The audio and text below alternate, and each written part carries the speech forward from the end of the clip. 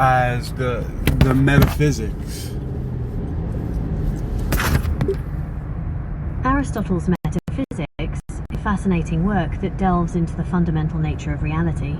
It explores concepts like existence, substance, and causality, and it's considered one of the most important philosophical works in Western tradition. Are there any particular aspects of metaphysics that you'd like to discuss? Now, when you say, are there any particular aspects of metaphysics that I'd like to discuss, are you talking about metaphysics as a whole subject or the metaphysics of Aristotle? I meant Aristotle's Metaphysics, specifically. It's a pretty dense work, so focusing on a particular area might be helpful. Yes, I have a copy of it that I just got with, it's called the Basic Works of Aristotle.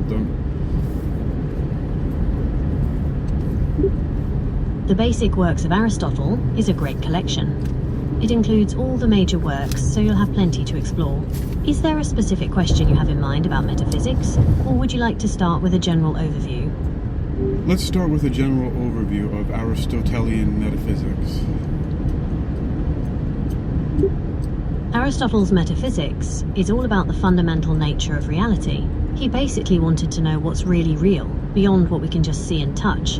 He explored concepts like existence, substance, and what causes things to happen. It's considered one of the most important philosophical works in Western tradition.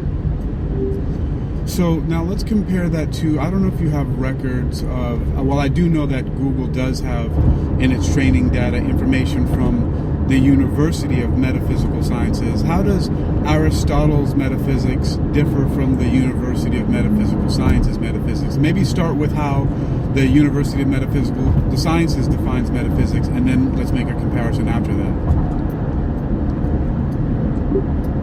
The University of Metaphysical Sciences defines metaphysics as the study of reality beyond the physical realm. It explores concepts like consciousness, existence, and the nature of reality itself. Aristotle's metaphysics, on the other hand, focuses more on the fundamental principles of being and existence. It's a bit more grounded in the natural world, while still exploring abstract concepts. Okay, so now what are the major key differences? Because they sound really similar to me. Like I'm still not clear on what the big difference is on what you said about Aristotle's metaphysics and the University of Metaphysical Sciences metaphysics. Well, Aristotle's metaphysics is more about the natural world and how things exist within it. The University of Metaphysical Sciences takes a broader approach, looking at reality beyond the physical, including Speed things like camera ahead. and spirituality. Repeat that one more time. I had an interruption with... Sure thing. Aristotle's metaphysics focuses on the natural world and how things exist within it. The University of Metaphysical Sciences looks at reality beyond the physical, including consciousness and spirituality. Okay, so I understand the natural world, but it seems like the concepts you're using are kind of vague and descriptive, or maybe I simply just don't understand how you're using this term. But I mean, how is the University of Metaphysics not talking about the natural world? Let's define natural world. What is the difference? Why is the University of Metaphysical Sciences not also studying the natural world? The natural world generally refers to everything we can experience with our senses, things like trees, rocks, and the physical universe. The University of Metaphysical Sciences, on the other hand, delves into concepts that go beyond our senses, like consciousness, energy, and the spiritual realm. So it's more about the unseen aspects of reality. Okay, so doesn't Aristotle also talk about those subjects? Aristotle touches on consciousness and the soul, but his focus is more on the natural world and how things exist within it. He's less concerned with the spiritual realm than the University of Metaphysical Sciences. So how would an organization like the University of Metaphysical Sciences depart so much from, for example, Aristotle's metaphysics, and where does that kind of non-Aristotelian metaphysics come from? Well, non-Aristotelian metaphysics draws from a variety of sources, including Eastern philosophies, spiritual traditions, and modern science. It's a more inclusive approach that explores different ways of understanding reality beyond just the physical world. Okay, so what you're saying is that the type of metaphysics that UMS, the University of Metaphysical Sciences, delves into is more inclusive. Yes, that's right. The University of Metaphysical Sciences embraces a wider range of perspectives, drawing from both Western and Eastern traditions, as well as modern scientific discoveries. It's a more inclusive approach to understanding reality. Well, that's definitely how I understand that metaphysics. It's one of the things that got me interested in becoming a student there in the first place. That's fantastic. It sounds like the University of Metaphysical Sciences is a great fit for you. Their inclusive approach to metaphysics is definitely compelling. What aspects of their program are you most excited to explore? Well, I've already taken over 80 courses from them and finished my bachelor's, master's, and finally got my doctorate 16 years after starting back in around 2008. So, a lot of the things that they have to offer were interesting to me. Some of it I didn't really resonate with, but it was great information to know about how other people think and feel about the world around them and different spiritual traditions and things like that. They covered everything from witchcraft to aliens, so it was really an all-encompassing perspective. That's quite a journey. It sounds like you've explored a wide range of fascinating topics. What sparked your initial interest in metaphysics? Actually, physics sparked my original interest in metaphysics because around 2004, when I enrolled in a school called the Hypnosis Motivation Institute, I had then seen a film called What the Bleep Do We Know that featured several different physicists, and it was a blend of, quantum physics and consciousness.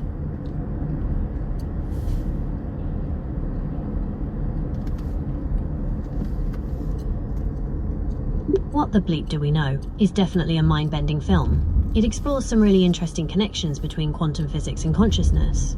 Did any particular ideas from the movie resonate with you? Well, there were several. It was very interesting, especially a lot of the people they had talking. But then, before that, actually, in the same year, my roommate at the time, Kevin, had shown me a series from PBS that featured Brian Greene, who was an author of the book by the same name called The Elegant Universe. And that was all about a specific niche in quantum physics called string theory. The Elegant Universe is a fascinating exploration of string theory. It's amazing how physics can lead to such profound questions about the nature of reality. What aspects of string theory... Red light camera ahead. Please repeat that question again. I keep getting interrupted. I have to figure out how to turn off this Apple Maps thing. It keeps talking about red light cameras ahead all the time. I asked, what aspects of string theory did you find most compelling? Well, the fact that it talked about the fundamental units of reality, which are basically subquantum, are these tiny vibrating strings, because it resonates a lot with a lot of understanding about the foundation of reality of being frequency vibration. That's a really interesting point. The idea of reality being fundamentally made of vibrating strings does connect with the concept of frequency and vibration. Do you think that perspective has influenced your approach to metaphysics? It certainly has. Also, the great thing about The Elegant Universe, at least because I've never read the books, I've kind of just browsed through them many years later. I know the book was published in 1998, and I saw the video series on it in 2004, but it covered the whole history of physics. It was a really great all-encompassing video series on PBS that taught me a lot about basic fundamental physics. At least in concept.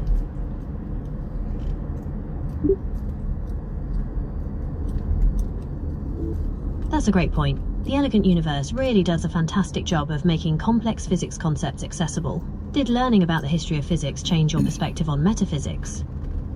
Well, that's initially what fueled my interest in metaphysics, is the Elegant Universe and what the bleep do we know. And then a couple years, a little bit less than a couple years later, I saw The Secret right after I graduated from the Hypnosis Motivation Institute. The Secret is definitely a popular film that explores the law of attraction. It's interesting how it connects with some metaphysical ideas about the power of thought and intention. Did you find it to be a helpful perspective? It was an exciting one, and now that I think about it, yes, it has been helpful, especially because I feel like those three films together are a really great resource for people to experience if they're interested in metaphysics, because you get some string theory and quantum mechanics with the Elegant Universe. You get some quantum mechanics and consciousness work with What the Bleep Do We Know, and then you get the straight up consciousness metaphysics with The Secret. So I think that they're amazing resources for anybody wanting to get a grasp of these subjects. Those films offer a fascinating glimpse into the world of metaphysics. It's amazing how they blend science, philosophy, and spirituality. Did any particular concepts from those films resonate with you? Well, as I'm really particularly interested in how we can use our minds in pragmatic ways to achieve results in our physical life, that all three of them basically gave some insights into that idea. That's a powerful idea. It's fascinating to think about how our minds can shape our reality. Have you found any particular techniques or practices to be especially effective?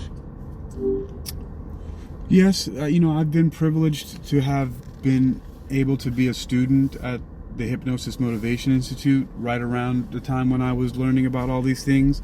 And so I've realized that the techniques that fall under the umbrella of clinical hypnosis and hypnosis in general as a wider discipline are actually some of the main ways to make use of consciousness and its influence on changing our experience in reality.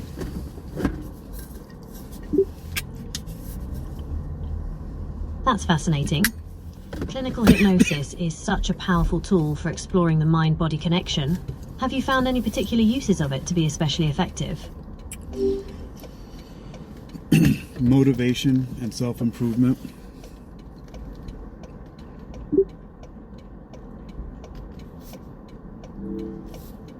That's a great example. Hypnosis can be really effective for boosting motivation and helping people achieve their goals. Have you used it for any specific areas of self-improvement?